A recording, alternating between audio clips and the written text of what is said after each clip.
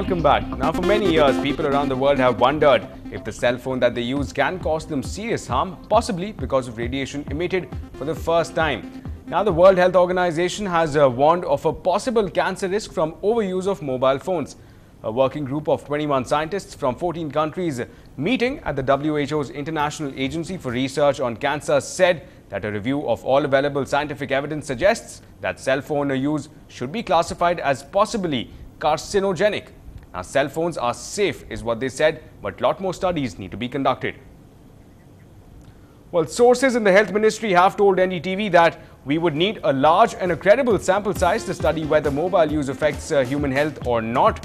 They also said that it is only after a nationwide study on this subject that we will be able to be in a position to form an opinion on this issue and come out with any definitive and authoritative conclusion. Meanwhile, they also said that no nationwide study has been conducted by the government to study the impact of mobile phones on human health, though some medical colleges have studied this subject and conducted studies at a micro level in smaller cities, but this, they say, is not enough. Well, for more on that, the IARC has not classified RF fields as carcinogenic to humans. Now, this is, of course, the version coming in from one of the mobile manufacturers. Based on limited evidence, they say possible increased risk for certain cancers.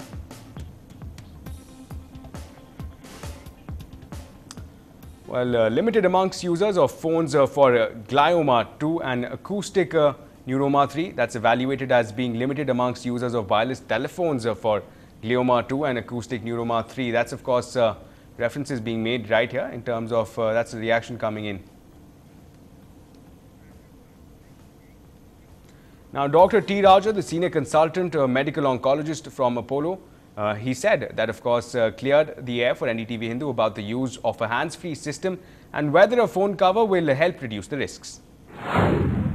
Definitely, one cannot deny that there are increasing concerns, and as of now, the best advice that can be given to the population is that be intelligent in it, be intelligent in the use of this device.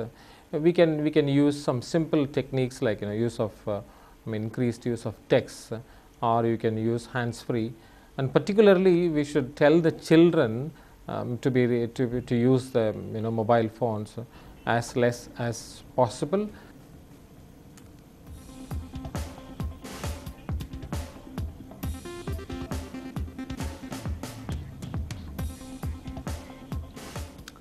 Well, the opinion is divided among the Indian experts on the report. Some say that the report cannot be ignored and harmful effects of cell phone have been known for long. Others say that the report has nothing new to offer and that the same agency had come out with similar inferences earlier as well.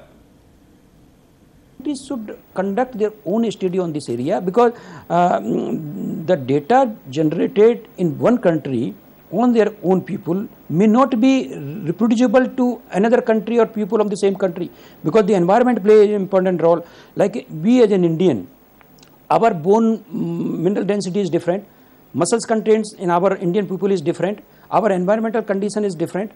Here we have a very hot climate, somewhere the humidity is too much, the wind velocity is too much. All these factors have got an impact. So far, the impact of radio frequency radiation on human health is concerned. I think it's a very appropriate warning. We have to take heed of this.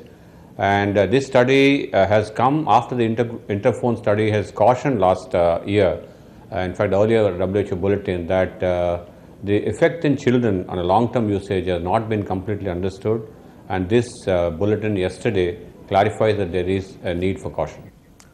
Well, in moving on, Prime Minister Manmohan Singh today asked the National Management Authority to put in place the world's safety precautions at nuclear plants. Now, the Prime Minister took stock of India's preparedness to handle nuclear disasters at a meeting with the National Disaster Management Authority today. Now, the meeting assessed India's preparedness to handle nuclear emergencies and took stock of how safe Indian nuclear reactors are. Now, the world is yet to recover fully from the aftermath of the nuclear accident at Japan's Fukushima atomic reactors. Well, India today has 20 nuclear power reactors, and there has been great concern that Indian nuclear reactors are not safe enough. On a day when the Prime Minister took stock of India's capacity to handle nuclear emergencies, NDTV's science editor Pallava Bagla spoke exclusively to India's atomic chief, Dr. Srikumar Banerjee, who was present at the Prime Minister's meeting on nuclear safety. Dr. Banerjee, the key question which people ask are Indian nuclear reactors safe, and do people need to fear them? In fact, this is the question which was asked by the Honorable Prime Minister to me. So I responded with no hesitation that Indian reactors are quite safe.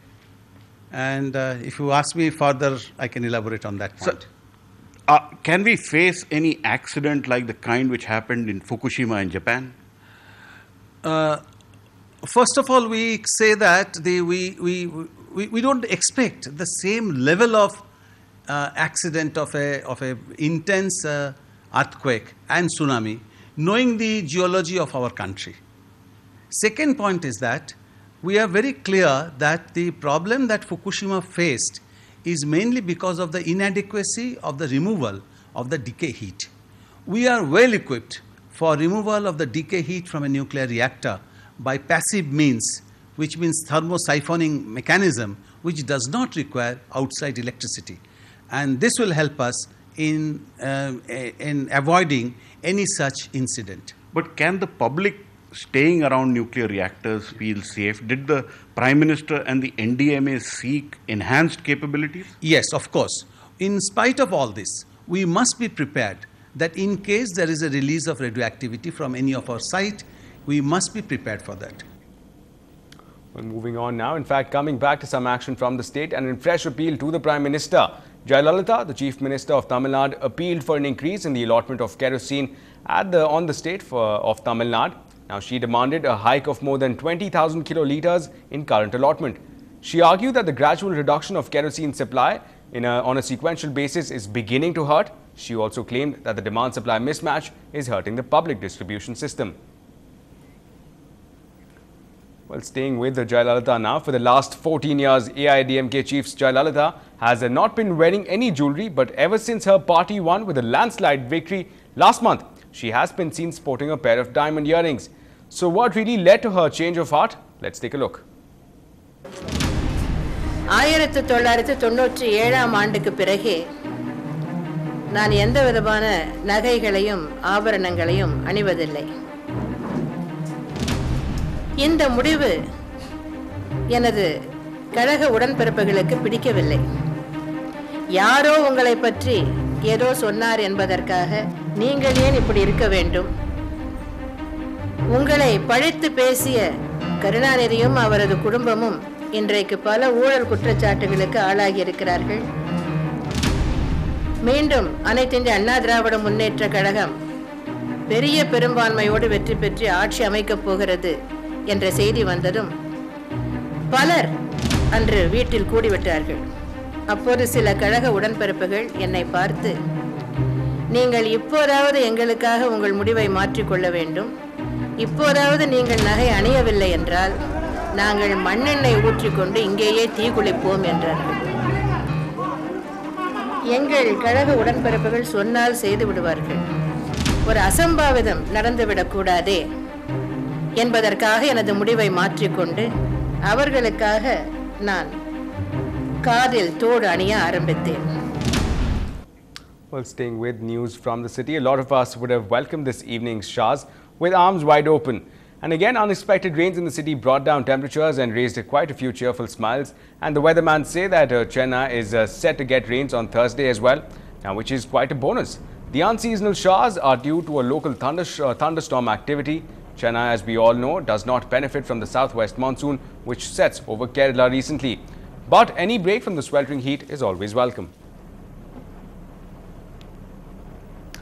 Well, after beach cricket and gully cricket, we get you a sneak peek into a new form of cricket that is attracting eyeballs right up on the other side.